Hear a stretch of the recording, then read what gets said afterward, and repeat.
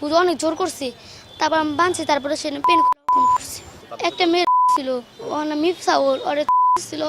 টাঙ্গাইলে জিনের ভয় দেখেও বাথরুমে গোপন ক্যামেরায় ভিডিও ধারণ করে মাদ্রাসার একাধিক ছাত্রীকে যৌন নির্যাতনের অভিযোগ ওঠে ওই মাদ্রাসার 2 শিক্ষকের বিরুদ্ধে। ইতিমধ্যে মাদ্রাসার 10 থেকে 12 জন শিক্ষার্থী লম্পট শিক্ষকের লালসার শিকার হয়েছে বলে অভিযোগ ওঠে। এ ঘটনায় ফুঁসে ওঠে ভুক্তভোগী শিক্ষার্থীর পরিবার ও এলাকাবাসী, এবং ওই লম্পট শিক্ষকদের দৃষ্টান্তমূলক শাস্তির দাবিও করেন এলাকাবাসী। টাঙ্গাইল পৌর শহরের বল্লাবাজার এলাকায় হযরত ফাতেমারাই মহিলা মাদ্রাসার 2 শিক্ষকের বিরুদ্ধে মাদ্রাসার বাথরুমে গোপন ক্যামেরায় ভিডিও ধারণ এবং জিনের ভয়ভীত দেখে যৌন নির্যাতনের অভিযোগ ওঠে। গত কয়েকদিন আগে ওই মাদ্রাসায় টাকা চুরির ঘটনা ঘটে। সে ঘটনায় ভুক্তভোগী এক শিক্ষার্থীকে টাকা চুরির অপবাদ দিয়ে মাদ্রাসার শিক্ষক তার রুমে ডেকে নেন। তারপর মোবাইলের ক্যামেরা চালু করে বাথরুমে গিয়ে উলঙ্গ হয়ে টাকা চুরির স্বীকারোক্তি দিতে বলেন। তারপর ভুক্তভোগী ওই শিশু তার প্রস্তাবে রাজি না হলে তাকে মারপিট করেন এবং জিনের ভয়ভীত দেখিয়ে এক পর্যায়ে ভিডিও ধারণ করতে বাধ্য করেন। ভিডিও ধারণ শেষে ওই শিক্ষক তার অফিস রুমে ডেকে নিয়ে ওই ছাত্রীকে বলেন তার বোরকাগুলো খুলে ফেলতে। এরকম প্রস্তাবে রাজি না হলে ধারণকৃত গোপন ভিডিও ভাইরাল করে দেওয়া সহ প্রাণনাশের হুমকিও দেন। এক পর্যায়ে অফিস রুমে গেলে গামছা দিয়ে চোখ বেঁধে ওই শিশুকে ধর্ষণ করেন। ভুক্তভোগী এই শিশু বলেন মাদ্রাসার ওই শিক্ষক তার সঙ্গে যে এমন খারাপ আচরণ করেছে তা নয়, আরো অনেক শিক্ষার্থীদের সঙ্গে দীর্ঘদিন ধরে এমন কাজ করে আসছেন। এ ঘটনার দৃষ্টান্তমূলক শাস্তির দাবি জানায় নির্যাতিতা এই শিশু।